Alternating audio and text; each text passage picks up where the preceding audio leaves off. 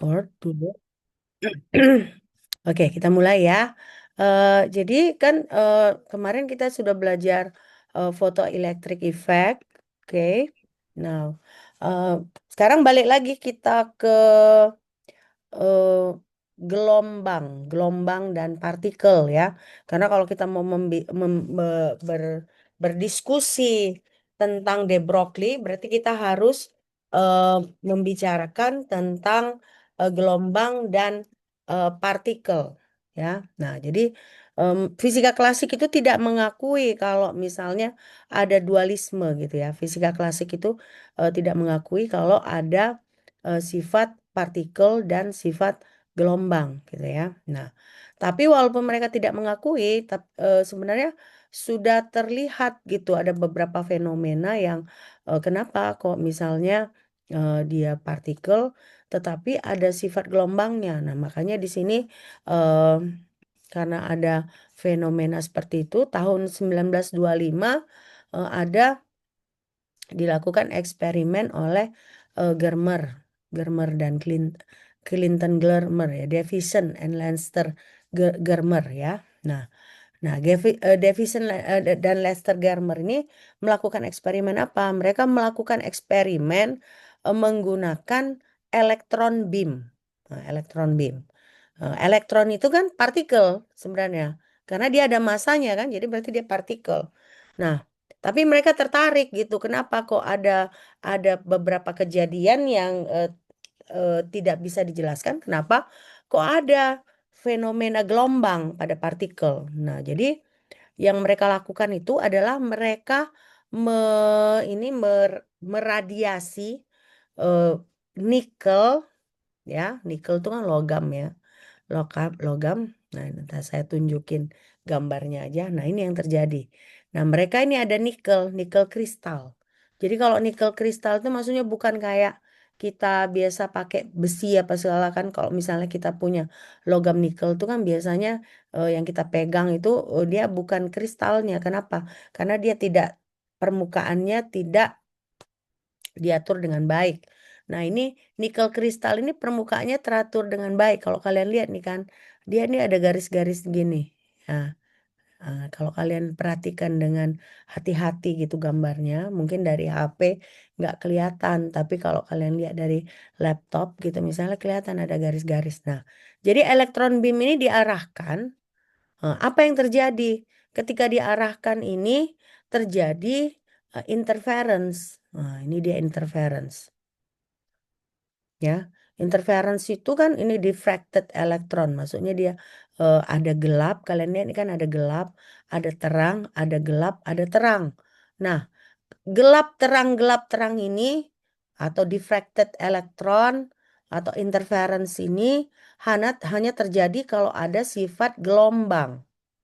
Nah, jadi artinya di sini apa? Berarti si elektron ini dia bersifat partikel sebagai partikel, tetapi dia juga bersifat sebagai gelombang. Nah, buktinya apa? Buktinya ini. Nah, inilah kita dinyatakan oleh ahli-ahli sebagai jantung, the heart of quantum mechanics, ya. Jadi the heart of quantum mechanics is dualism in particle and wavelength. Jadi partikel itu, ya, selain dia bisa bersifat partikel, dia juga bersifat sebagai gelombang, ya. Oke, kalian mau catat yang ini? Tadi saya sudah jelaskan sebenarnya. Mau catat atau enggak? Nggak usah? Mau, Mem. Mau, Mau, oke. Mem. Dari yang mana? Dari sini? Ya, Mem. Ya, Mem. Oke, silakan. Nah, nanti kita Kamis depan ujian ya. Nah, jadi berarti tergantung sampai di mana kita selesai sampai Selasa. Jadi saya maunya sih kita selesai sampai fungsi eigen gitu ya. Mudah-mudahan jadi sampai fungsi eigen kita ujian ya.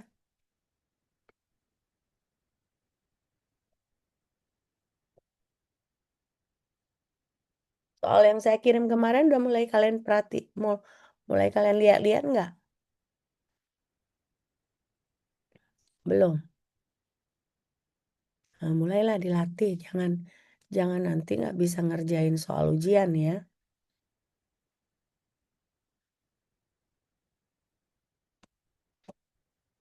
Ya, mem. Oke. Mem, izin mem. Heeh.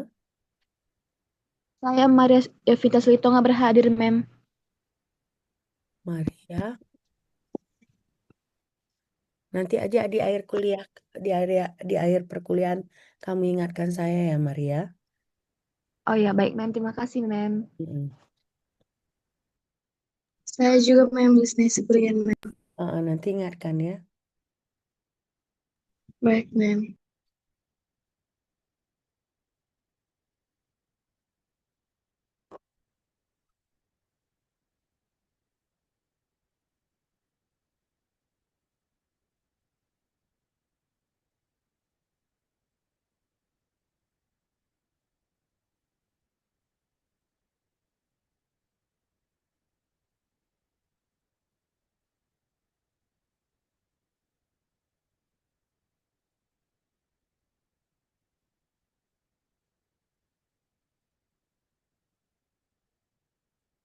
Sudah?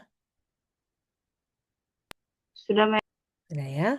Nah, jadi ini pada dasarnya ingin berbicara bahwa fisika klasik itu belum mengakui dualisme. Nah, tapi sudah mulai dilihat gitu kenapa ada beberapa hal tidak bisa dijelaskan. Nah, akhirnya dilakukanlah eksperimen. Eksperimen yang dilakukan itu adalah eksperimen Davison dengan Lester. Ya, oke. Ini mau dicatat? Mau. Oke, coba catat.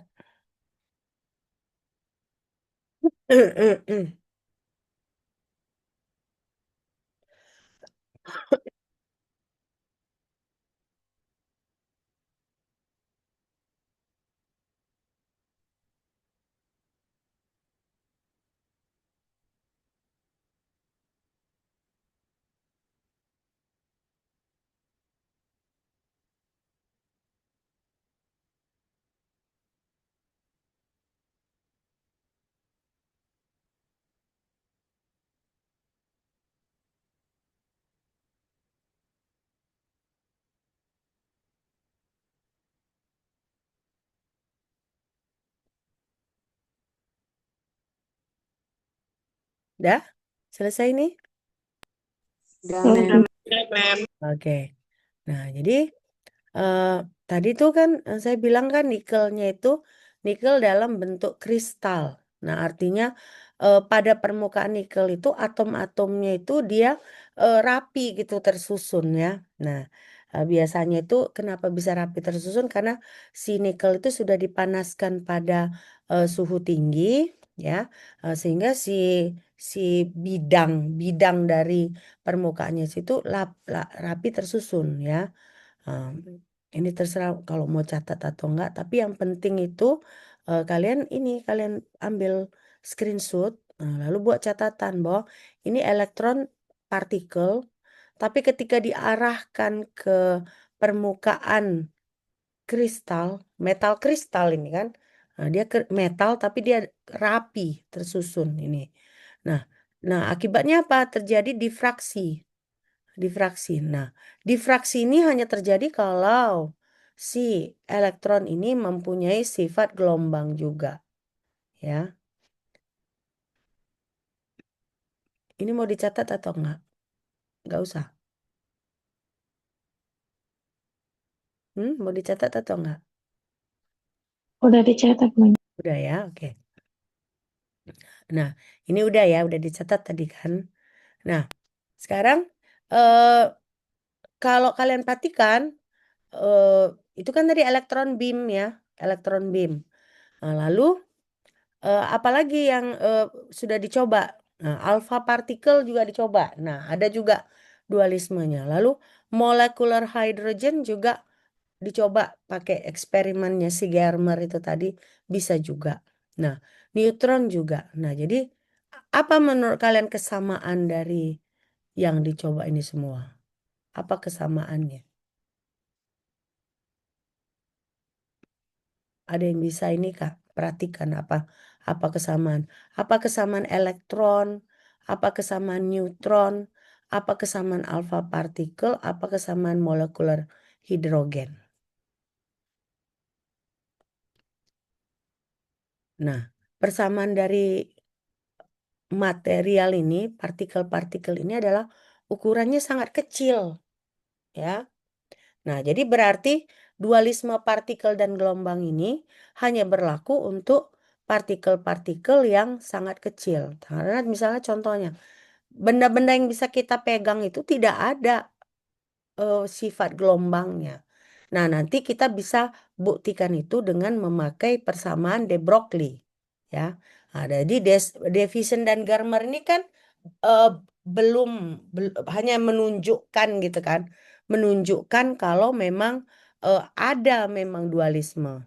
Tetapi mereka belum bisa menjelaskan kenapa gitu ya. Kenapa? Nah, jadi eh, makanya mulai masuk si De Broglie. Nah, ini kalian lihat di sini G.P. Thomson. G.P. Thomson ini juga melakukan eksperimen ya, melewatkan elektron beam melalui eh, gold ya, gold gold foil. Jadi apa kayak kayak lempengan emas ya. Nah, terjadi juga difraksi. Nah, jadi berarti artinya memang sudah diperhatikan bahwa partikel-partikel yang kecil itu menunjukkan sifat dualisme ya. Nah, jadi di sini masuklah De Broglie. Nah, sudah diketahui kalau misalnya yaitu tadi materi-materi yang kecil dia menunjukkan sifat dualisme. Nah, jadi De Broglie ini eh, menyatakan mulai mempropose gitu ya. Kalau misalnya pokoknya sembarangan partikel apapun, partikel ini ya, bukan materi, tapi partikel.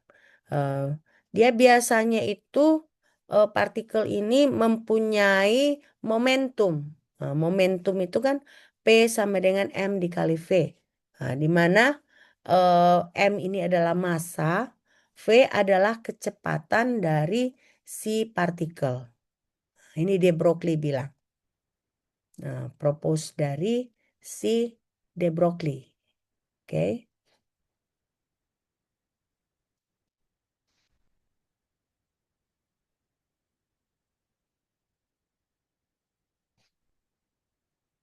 Sudah? Sudah dicatat? Sudah, Mem. Oke. Nah, jadi si De Broglie bilang ada hubungan antara panjang gelombang dengan momentum. Nah, di sini kalau kalian lihat panjang gelombang sama dengan H dibagi P. Berarti artinya panjang gelombang berbanding terbalik dengan momentum. Ya. Panjang gelombang berbanding terbalik dengan momentum. Nah, momentum tadi rumusnya apa? M dikali V, ya kan? Nah, berarti panjang gelombang ini berbanding terbalik dengan massa, ya kan? Karena kan si P ini sama dengan M dikali V. Nah, sekarang saya tanya ke kalian. Kalau misalnya massanya besar, bagaimana panjang gelombangnya? Massanya besar. Panjang gelombangnya bagaimana? Hmm? Bagaimana?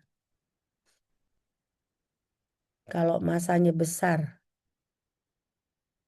Kan saya bilang tadi panjang gelombang berbanding terbalik dengan massa. Ya, jadi kalau massanya besar, panjang gelombangnya bagaimana? Bakal pendek, Mem. Yang kecil, Ah. men. Nah, pendek kan semakin kecil. Nah, lalu kalau massanya kecil, panjang gelombangnya semakin besar, Wah. ya.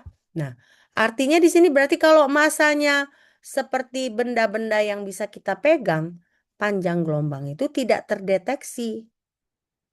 Nah, jadi berarti panjang gelombang ini hanya terdeteksi jika massa dari materi yang kita amati sangat-sangat kecil seperti elektron.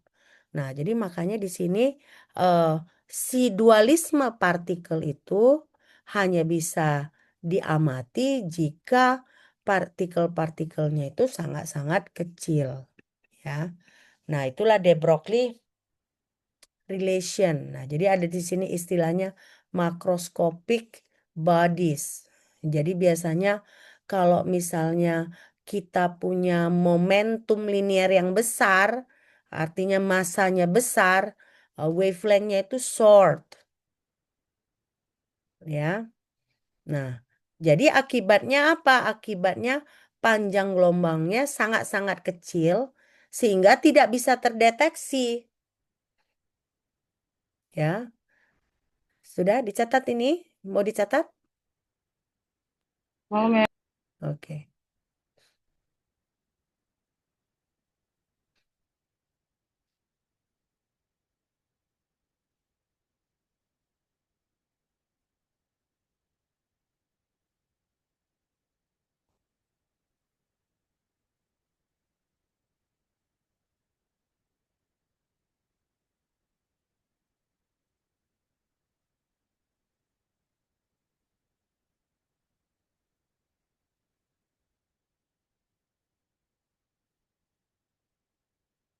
Sudah? Sudah, Udah, Mem. Sudah ya? Nah, jadi berarti maka akhirnya bisa dijelaskan oleh mekanika kuantum. Nah, jadi karena classical mekanik itu kemarin kan hanya mereka membahas tentang benda-benda yang makroskopik. Nah, makanya tidak bisa mereka jelaskan kenapa ada sifat gelombang. Nah, sementara mekanika kuantum ini dia untuk benda-benda yang mikroskopik, benda-benda kecil. Nah, seperti atom, molekul. Nah, jadi berarti makanya ketika classical physics yang hanya fokus ke benda-benda makroskopik, itu mereka tidak bisa melihat panjang gelombang itu, tidak bisa melihat dualisme ini. Nah, sebaliknya kuantum mekanik kan memang fokusnya kebanyakan kepada benda-benda yang kecil. Nah, jadi berarti mereka bisa mengamati si panjang gelombang tersebut, ya. Nah, inilah uniknya ya, uniknya eh, proses proses apa namanya perkembangan ilmu, ya. Nah, apakah classical physics berarti salah? Enggak salah. Kenapa? Karena yang mereka amati berbeda dengan yang kuantum mekanik amati. Nah, jadi berarti artinya apa? Artinya berarti kuantum mekanik ini eh, bisa menjelaskan hal-hal yang dulu si classical physics tidak bisa menjelaskan karena mereka sudah lebih fokus ke materi-materi yang lebih kecil. Jadi artinya itu kemarin ketika eh, banyak hal belum bisa dijelaskan oleh classical physics karena mereka belum belum fokus ke hal-hal yang kecil. Belum fokus kepada em, kan misalnya eh, instrumen-instrumen yang bisa mengamati benda-benda kecil pun kan munculnya mulai abad ke-19, ya. Artinya berarti kan makanya si kuantum mekanik ini berkembangnya di abad ke-19. Jadi berarti memang bukan ada yang maksudnya salah gitu ya, tapi lebih ke fokus yang berbeda gitu ya. Nah, sekarang coba kalian kerjakan soal ini ya. Nah, estimate the wavelength of electrons that have been accelerated from rest through a potential difference of 40 kilovolt, ya. Coba kalian kerjakan. Jadi ini kan yang ditanya itu berapa panjang gelombangnya, ya. We estimate the wavelength elektron. Nah, tadi untuk de Broglie bagaimana menghitung panjang gelombang?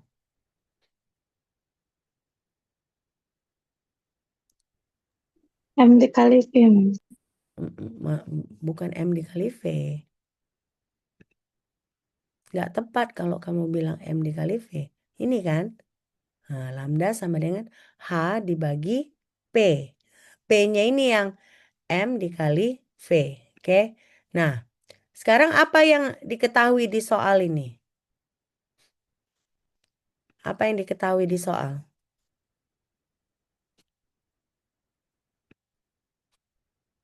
Apa yang diketahui di soal nih?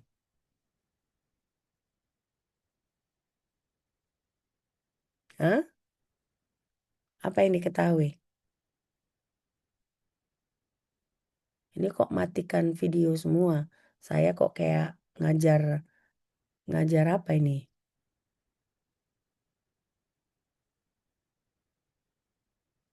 Nah, apa yang diketahui di sini? Perbedaan Yang potensial diketahui perbedaan Hah? Perbedaan apa? Perbedaan Perbedaan potensial. potensial, Mem. Oke. Nah, lalu yang lain apa yang diketahui? Partikelnya apa? elektron. Elektron. Nah, berarti massa elektron bisa kita dapat ya. Nah, jadi yang perlu dicari apa sekarang? Apa yang perlu dicari? Apa yang dibutuhkan lagi? Hmm? Apa yang dibutuhkan lagi nih? Ayo, jangan ngantuk walaupun weekend ya. Apa ya? Hmm? Hanya, Mem. Apanya? Planck konstannya, Mem. Planck konstannya udah dapat kan? Oke. Iya. Nah, sekarang Hmm. apanya lagi? Masanya diketahui, ya kan? Apanya yang belum diketahui di sini?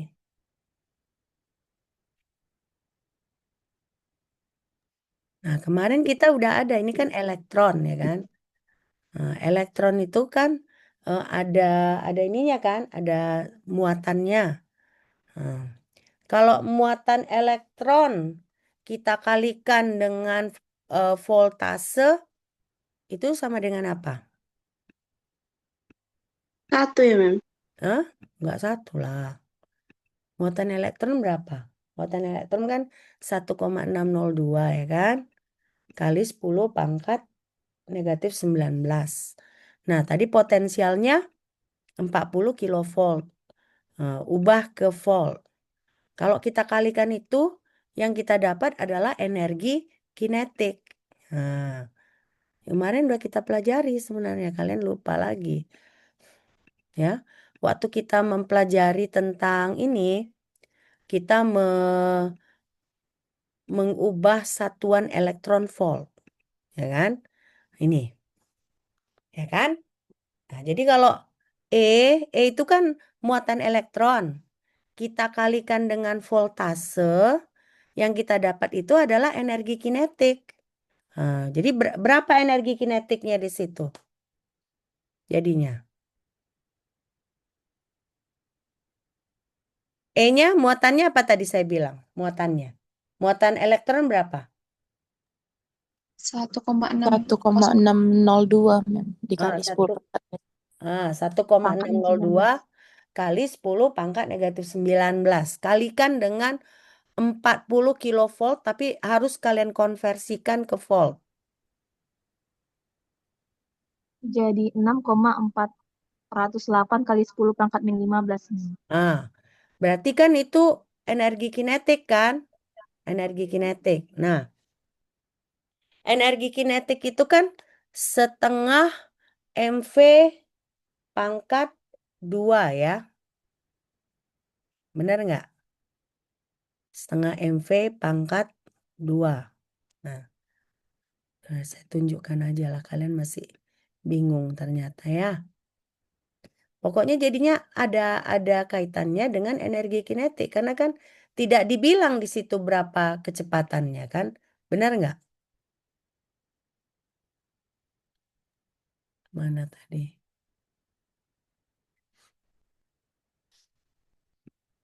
Iya. Oke. Jadi Saya bilang tadi kan pertama kita butuh linear momentum dari elektron. Nah, untuk menghitung linear momentum kita butuhkan ini energi kinetik kan. Nah, energi kinetik itu E dikali delta psi, delta psi juga ini. Nah, delta psi ini voltase. Dia 40 kilovolt. Nah, lalu kita ketahui kan EK sama dengan setengah ME V pangkat 2. Nah, ya kan? Nah, ini sama dengan P kuadrat dibagi 2M. Nah, jadi berarti P-nya berapa? P-nya berapa? Berapa P-nya jadinya? 40.000 volt. 4. Itu kan V ya. P-nya maksud saya. Kalau yang jadinya kan kita butuh P kan untuk menghitung lambda tadi kan kita butuh P kan? Benar nggak? Karena lambda sama dengan H dibagi P, ya kan? Nah, jadi karena kita butuh P, kita perlu energi kinetik ya. Kenapa? Karena di energi kinetik ini kan ada kecepatan. Ini kecepatan ini, bukan voltase, ya. Nah, jadi EK sama dengan setengah ME V kuadrat, ya. Ini lalu sama dengan P kuadrat dibagi 2M. Lalu ini sama dengan apa tadi? E. Nah, jadi P kuadrat dibagi 2ME sama dengan E dikali delta psi. Kenapa? Karena kan ini tadi energi kinetik. Nah, jadi P-nya bagaimana? P-nya itu adalah 2ME. Ini muatan elektron. Delta psi lalu pangkat setengah. Pangkat setengah ini maksudnya kita akarkan. Nah, jadi berarti lambda sama dengan H dibagi akar dari 2 dikali massa elektron dikali muatan dikali voltase. Nah, coba kalian hitung berapa dapatnya. Satuannya harus meter ya. Nah, jadi satuannya harus meter nanti. Coba dihitung berapa dapatnya ini.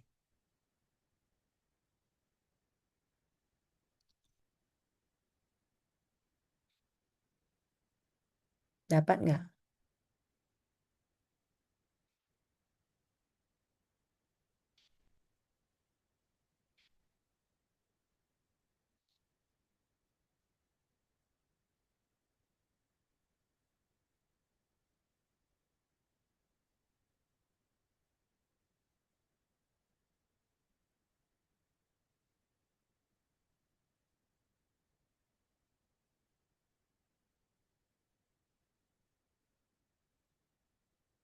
Struggle menghitung angka-angka besar ya. Mau ditunjukkan lagi pakai scientific calculator nggak? 1,679 ya, Mem. Pangkat 10. Yang Hmm, dua-dua. enggak. Ada yang lain nggak? Enggak. 6,14, Mem. Iya. Lisna yang benar. 6,1 kali 10 pangkat negatif 12 ya. Benar Lisna? Ya. Lisna dapatnya segitu nggak? Tadi yang jawab siapa? Lisna bukan? Iya, Mem. 6,1 dikali 10 pangkat negatif 12 meter. Nah, jadi berarti di situ kita lihat ya, ketika masanya elektron, panjang gelombangnya bisa terdeteksi.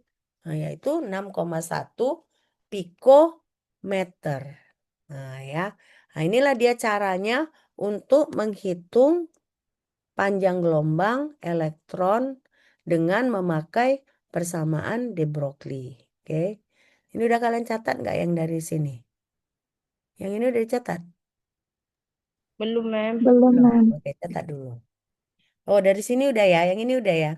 Yang ini udah nggak? Yang ini udah. Ini yang penting juga kan? Belum, Mem. Belum. Oke, Belum, catat. Mem. Catat dulu. Nah, jadi kayak habis kalian catat biar kita lanjut ke fungsi gelombang biar kita sempat nanti mempelajari fungsi eigen di hari Selasa ya.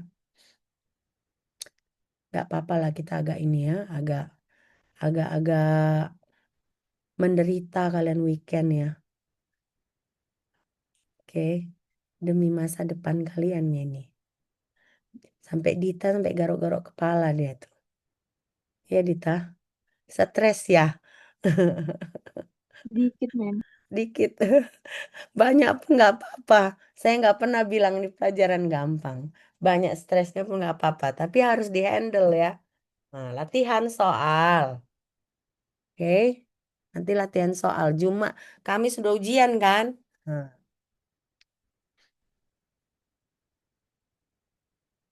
kalian adanya yang A selalu kan. Tapi memang ada juga yang C. Makanya yang merasa masih kurang latihan soal. Weekend ini kalau bisa jangan malas-malasan ya. Weekend ini aja nya. Udah gitu kan kalian udah bebas. Bener nggak? Mata kuliah saya. Oh enggak ya. Masih ada Pak Jaya ya. Oke. Udah selesai nih dicatat? Sudah, Mem. Oke. Ini mau dicatat dulu kan? Iya, Mem. Oke. Silakan.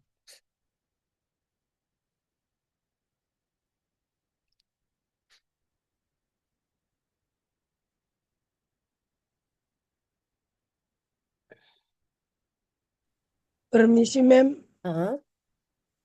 Saya Nanti. Cecilia. Iya, nanti di akhir kuliah ya. Kita Iya, fokus Mem. ke kuliah dulu.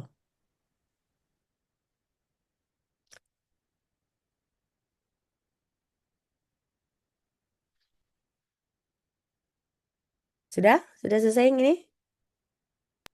Sudah, Mem. Oke, ini Sudah, terakhir. Mem. Terakhir sebelum kita masuk ke fungsi gelombang. Nah, artinya eh, hipotesa de Broglie mengakhiri chapter asal mula mekanika kuantum ya. Nah, jadi artinya kalian sudah belajar apa kemarin? Black body radiation, ya kan? Lalu belajar kapasitas panas ya dengan Einstein, suhu Einstein ya. Lalu kalian udah belajar atomic spectra, photoelectric effect. Nah, lalu ini terakhir kita belajar hipotesa de Broglie. Nah, jadi kalian bisa lihat alurnya gitu ya. Awalnya kita mau membuktikan kenapa ada 3 hal yang fenomena yang tidak bisa dijelaskan di fisika klasik. Nah, akhirnya bisa dijelaskan di mekanika kuantum. Nah, lalu ada lagi fenomena-fenomena lain seperti kayak photoelectric effect ya. Jadi hal-hal ini semua muncul kenapa? Karena mulai ada instrumen-instrumen yang bisa menganalisa hal-hal yang sangat kecil ya. Nah, makanya dia bisa mulai kita pelajari, oke? Nah, ini kita akhiri yang hipotesa de Broglie, bukan berarti kita masih ada waktu ya. Jadi saya masih mau menjelaskan fungsi gelombang ya. Karena saya mau nanti kita sempat ujiannya sampai di fungsi eigen. Oke. Nah, selesai kita asal mula mekanika kuantum. Kita masuk ke fungsi gelombang atau dalam bahasa Inggrisnya adalah wave function ya. Wave function. Nah,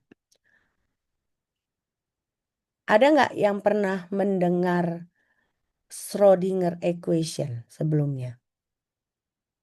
Kalian sudah pernah dengar nggak tentang Schrödinger Belum. equation? Belum ya. Nah, Belum. jadi Schrödinger Belum. equation ini ya eh, dipropose oleh Erwin Schrödinger. Ini dia gambarnya ya. Nah, dia biasanya ini sebenarnya kebanyakan mekanika kuantum ini ahli-ahli fisika ya.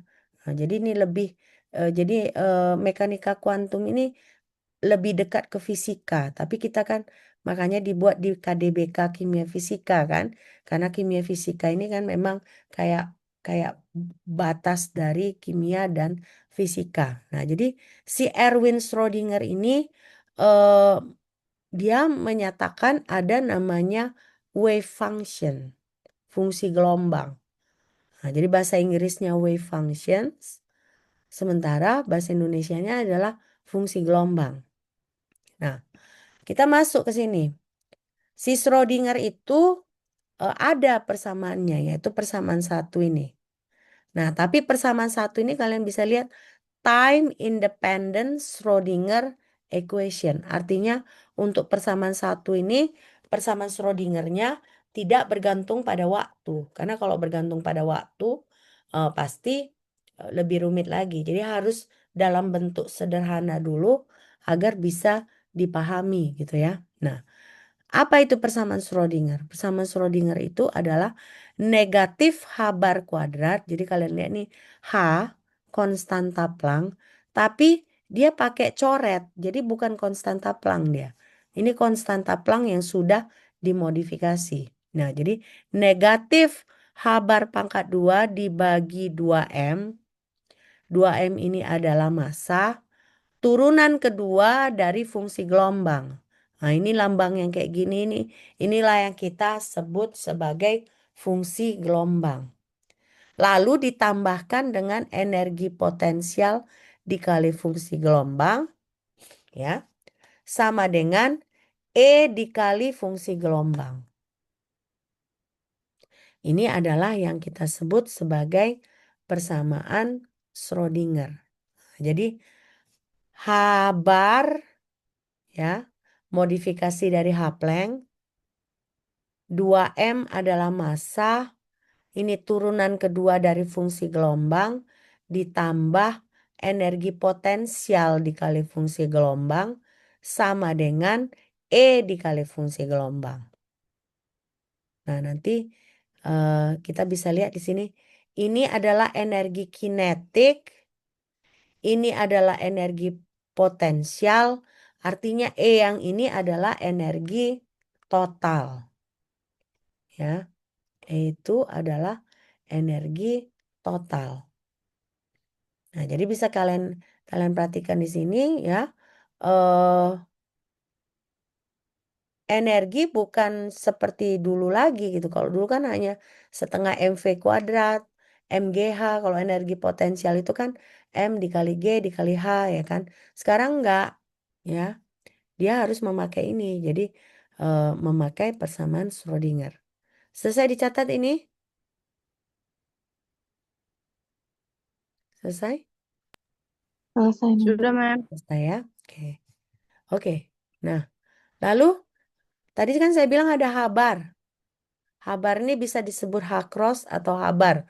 Tapi saya lebih suka menyebutnya H-bar. Ini H dicoret. H coret lah. Kalau bahasa Indonesianya H coret ya. Ini sama dengan H dibagi 2 pi. Ya, H dibagi 2 pi. Jadi hanya apa di sini? Hanya ini konstanta Planck. Jadi H-bar ini adalah konstanta Planck dibagi dengan 2 pi. Nah, lalu tadi saya sudah sebut ya, Vx apa? Vx adalah energi potensial. Energi potensial. Ya.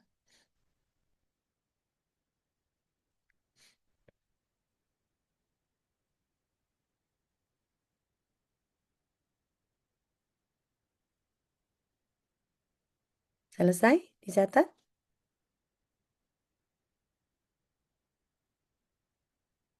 Apakah selesai? Sudah, Mem. Sudah, Mem. Sudah, Mem. Udah ya? Oke. Nah, jadi berarti kan tadi E itu adalah total energi dan ini yang lebih rumit ini yang negatif H bar kuadrat per 2M turunan kedua dari ini fungsi gelombang. Nah, inilah energi kinetik ya.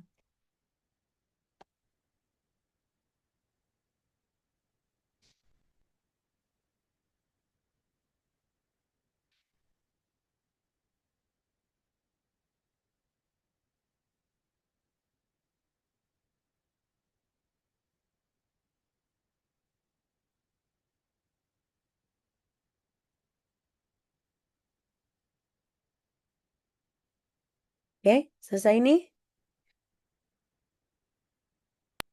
Sudah, Ma'am. Selesai ya.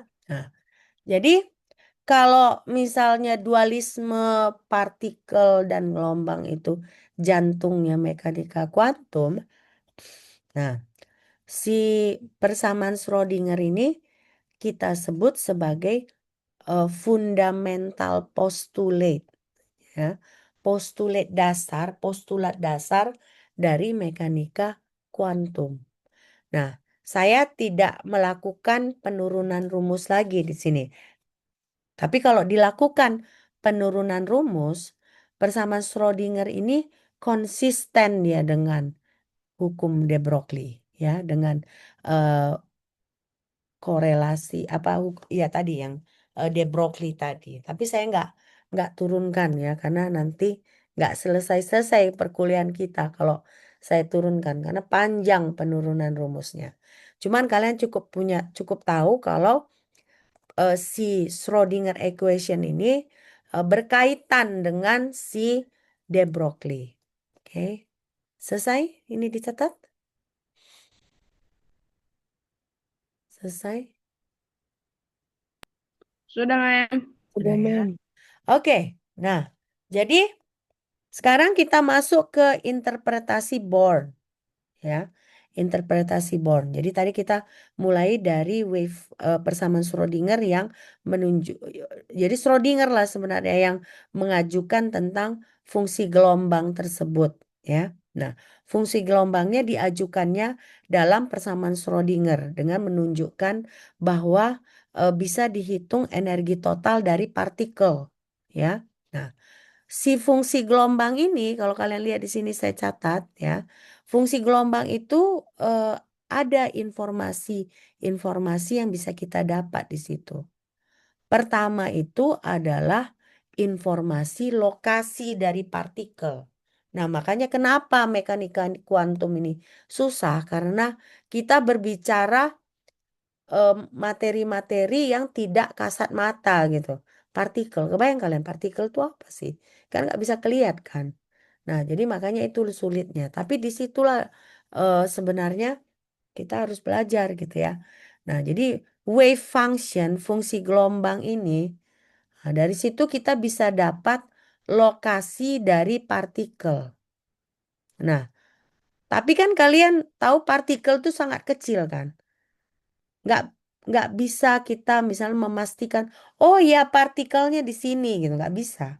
Kenapa? Karena partikel itu sangat kecil. Beda dengan botol minuman saya ini. Kalau saya letakkan di meja karena dia ukurannya besar, saya bisa menyatakan ini dia botol minuman saya. Nah, karena itu ini si Max Born mengajukan Born interpretation. Apa Born interpretation ini? Born interpretation ini menyatakan bahwa lokasi partikel itu bisa ditentukan dari fungsi gelombang, tetapi menggunakan probabilitas. Jadi dia bukan, oh di sini, enggak. Nah, jadi yang bisa kita sebut lokasi partikel itu adalah probabilitas dari partikel dari region X sampai region X tambah DX adalah segini. Nah, itulah yang kita sebut Born interpretation. Nah, jadi Born interpretation ini menyatakan berapa probabilitasnya ada partikel pada lokasi tertentu. Kenapa? Karena kecil tadi nggak bisa secara pasti kita menyatakan. Nah, karena itu dia pakai probabilitas. Ya, probabilitas dari finding the particle on the certain region. Ya, selesai dicatat?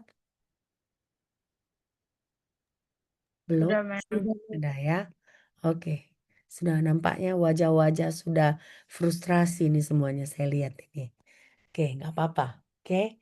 Nah, jadi berarti Born interpretation itu misalnya kita punya fungsi gelombang psi. Ini bacanya psi, ya, bukan psi sayang ya.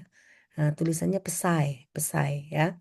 Nah, jadi si Born interpretation itu menyatakan probabilitas dari menemukan partikel antara X dan X tambah DX itu adalah harga mutlak dari fungsi gelombang pangkat 2 DX. Balik lagi kita ke matematika kimia, ya. Nah, di matematika kimia itu kemarin kan kita belajar bilangan kompleks kan? Ingat nggak? Yang ada I, ya, yang ada real, ada imajiner. Nah, fungsi gelombang ini bisa berupa bilangan kompleks. Tapi apakah semua fungsi gelombang bilangan kompleks? Tidak. Fungsi gelombang ada juga yang fungsi biasa. Ya. Oke. Silakan dicatat pelan-pelan aja. Coba dicatat sambil dimengerti. Gak usah buru-buru.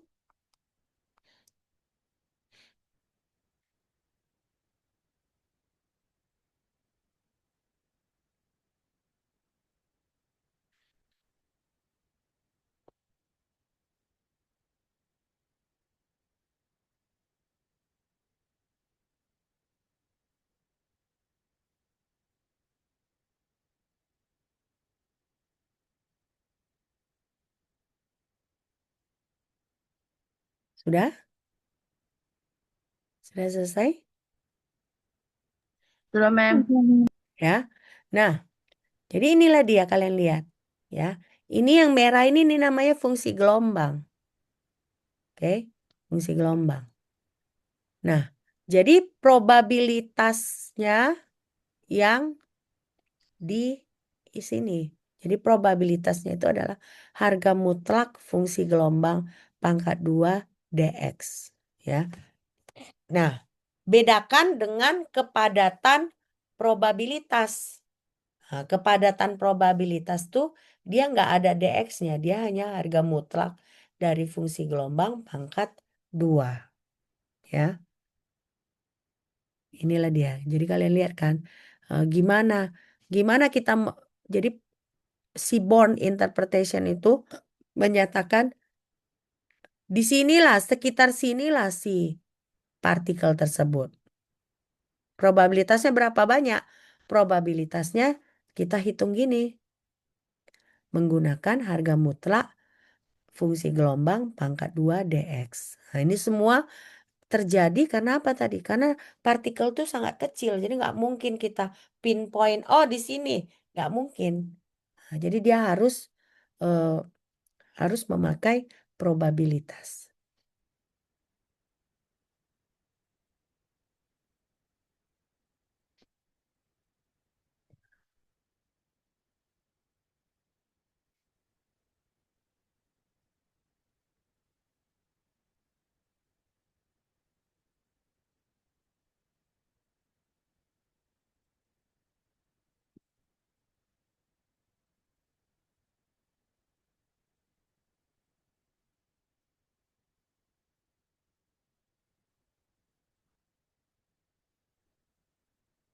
Selesai dicatat?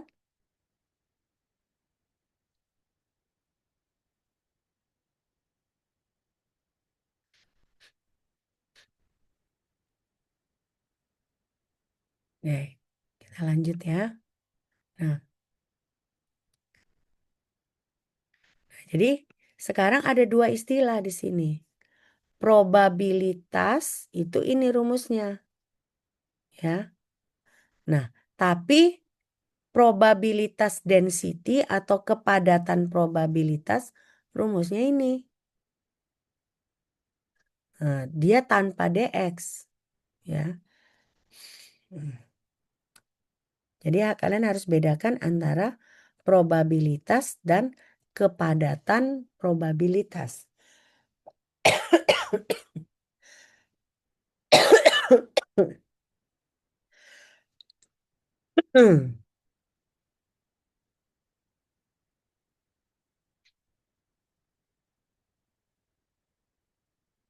Oke. Nah, jadi kuantitas dari harga mutlak fungsi gelombang pangkat 2 ini, ya kan? itu sama dengan ini fungsi gelombang konjugat dikali fungsi gelombang. Nah, nanti kalian udah lupa ini pasti. Saya buka dulu, mudah-mudahan saya masih simpan. Bentar ya.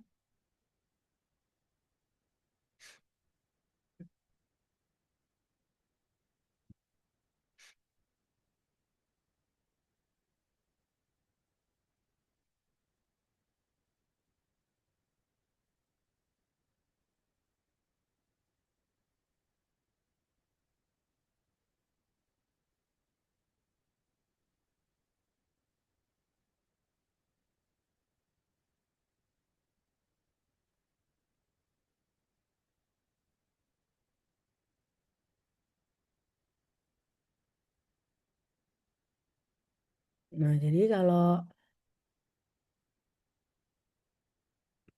kita ingat-ingat lagi, sebenarnya udah kita pelajari di matematika kimia, ya.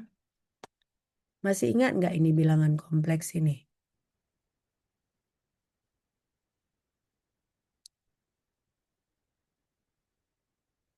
Masih ingat nggak?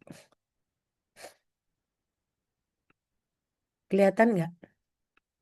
Kelihatan nggak ini? Kelihatan, Mem. Jadi bilangan kompleks itu kan ini sekedar refresh ya. Bilangan kompleks ini kan lambangnya Z. Nah, dia ini sama dengan X ditambah I dikali Y. Nah, I itu kalian ingat kan kemarin akar dari negatif 1. Nah, jadi bilangan kompleks itu ada realnya, ini real, ada imajinernya. Ya. Nah, berarti kalau ini kan bilangan kompleksnya. Konjugatnya ini, kalau ada yang asterik itu artinya konjugatnya.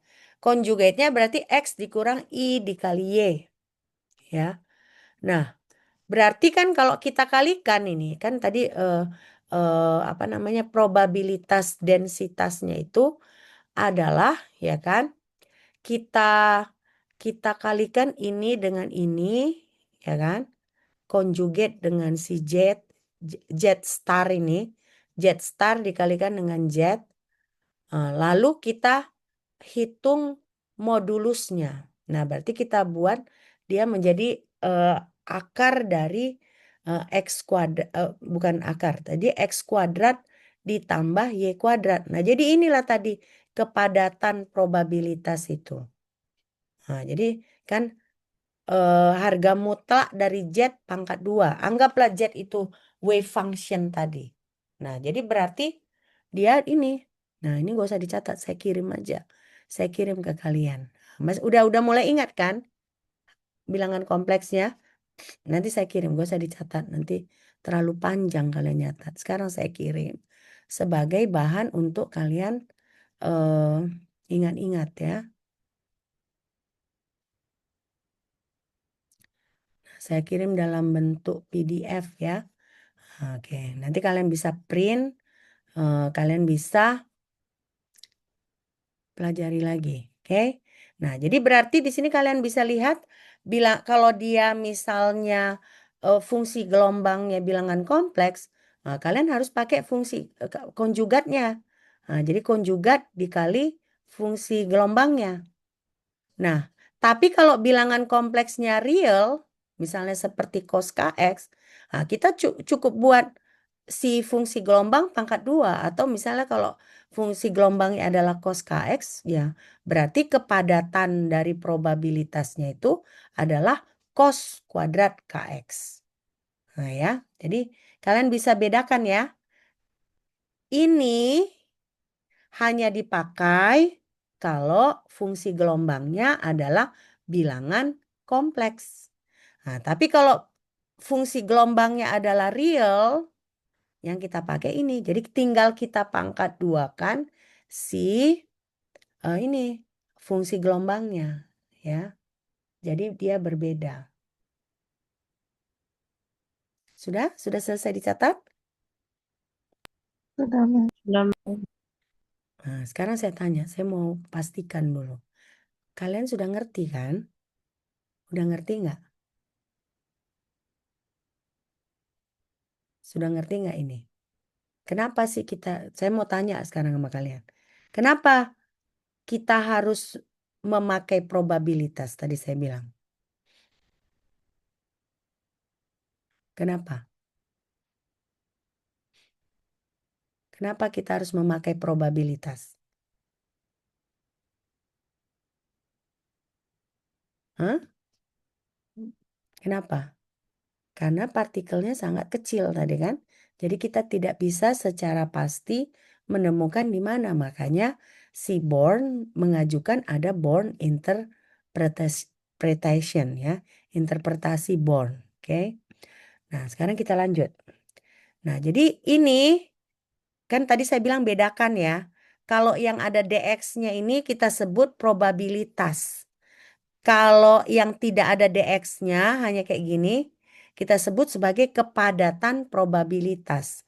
Nah, si probabilitasnya sendiri tidak ada satuan. Tapi kepadatan probabilitas ada satuannya. Apa satuannya? Satuannya adalah 1/panjang.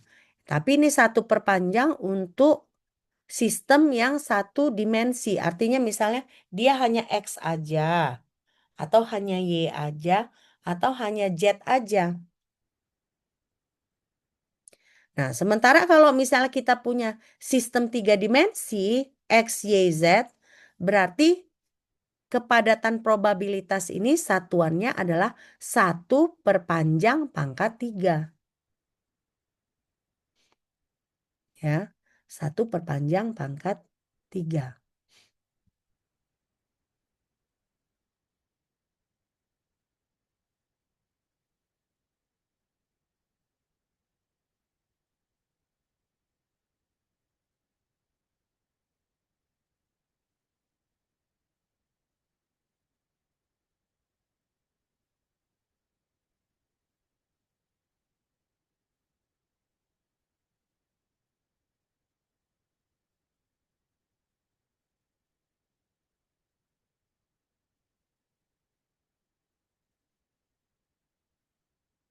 Sudah? Sudah selesai nih? Dicatat? Sudah, Ma'am. Oke. Nah, jadi sekarang kita punya contoh. Ya, contoh. Ini bukan hitungan, tapi contoh konsep. Jadi kita punya elektron. Elektron itu partikel, kan partikel. Nah, si elektron ini secara bebas dia bergerak di 3 dimensi. Nah, artinya dia bukan 1 dimensi lagi, tapi 3 dimensi. Berarti kalau misalnya dia 3 dimensi, dia bergerak pada sumbu X, Y, dan Z. Nah, untuk menggampangkan kita bukan tulis psi X, Y, Z, tapi psi tau. Ya, psi tau. Nanti saya tunjukkan. Tau itu yang mana? Ini. Nah, jadi dia bukan, kalau tadi kan psi X, ya, dalam kurungnya X kalau 1 dimensi kan. Kalau 3 dimensi, X, Y, Z, tidak semua dituliskan untuk menggampangkan, untuk lebih memudahkan kita menulis, kita tulis itu adalah psi tau.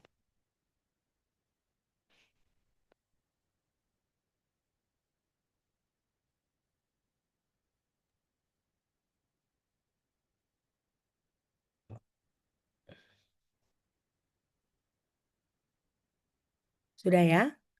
Nah, jadi di sini berarti kalau kita misalnya, tunggu dulu.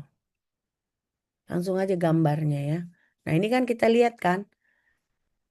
Sekarang kalau dia 3 dimensi, dia bukan lokasi dari partikel. Nah, tapi posisi partikel pada volume. Nah, kenapa? Karena kan tadi kan dx kan, fungsi gelombang pangkat 2 dx. Nah, sekarang fungsi gelombang pangkat 2, harga mutlak fungsi gelombang pangkat 2, dx kali dy kali dz. Nah, kalian kan tahu kalau dx kali dy kali dz ini adalah volume. Nah, jadi berarti di sini probabilitas menemukan partikel dalam volume d tau. Nah, di mana d tau itu apa tadi? dx dikali dy dikali dz. Oke. Ini aja dulu sampai di sini kita karena pasti udah nanti saya tambahkan, saya paksakan pun belum tentu masuk di kalian ya kan. Jadi sampai di sini aja, sampai kita tahu bahwa ada Born interpretation yang mempropose bagaimana finding the probability of particle in certain region. Nah, dengan apa? Dengan menggunakan fungsi gelombang. Nah, jadi probabilitas itu apa tadi? Harga mutlak fungsi gelombang pangkat 2 dx. Nah, itu adalah probabilitas. Nah, sementara kepadatan probabilitas adalah harga mutlak fungsi gelombang pangkat 2 atau amplitudo dari fungsi gelombang tersebut. Oke. Oke, sampai di sini ada pertanyaan? Ini langsung saya kirimkan contoh soal chapter yang ini ya. Nah, jadi biar bisa langsung kalian latih, oke? Nah, oke, ada pertanyaan nggak ada? Nggak ada. Oke, sekarang kita masuk ke tadi kalian yang terlambat datang ke Zoom. Benar nggak? Siapa yang terlambat tadi? Dian, datang Dian? Datang, Mem. Hadir. Oke. Vindi, hadir? Hadir, ya? Mem. Tadi saya lihat Vindi. Hilma, Hadir, Mem.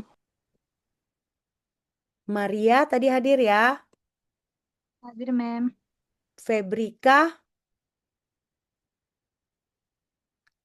nggak hadir. Oke. Riri, Hadir, Mem. Cilia hadir ya. Hadir, Mem. Cynthia nggak hadir ya. Nah, Lisna hadir kah? Lisna tadi hadir ya. Hadir. Oke. Sampai jumpa hari Selasa. Saya sih berharap kesehatan saya semakin pulih supaya kita Selasa bisa offline lagi. Oke, sampai jumpa. Bye. Thank you. Sampai jumpa, Thank you, Mem. Mem. Thank you, Mem.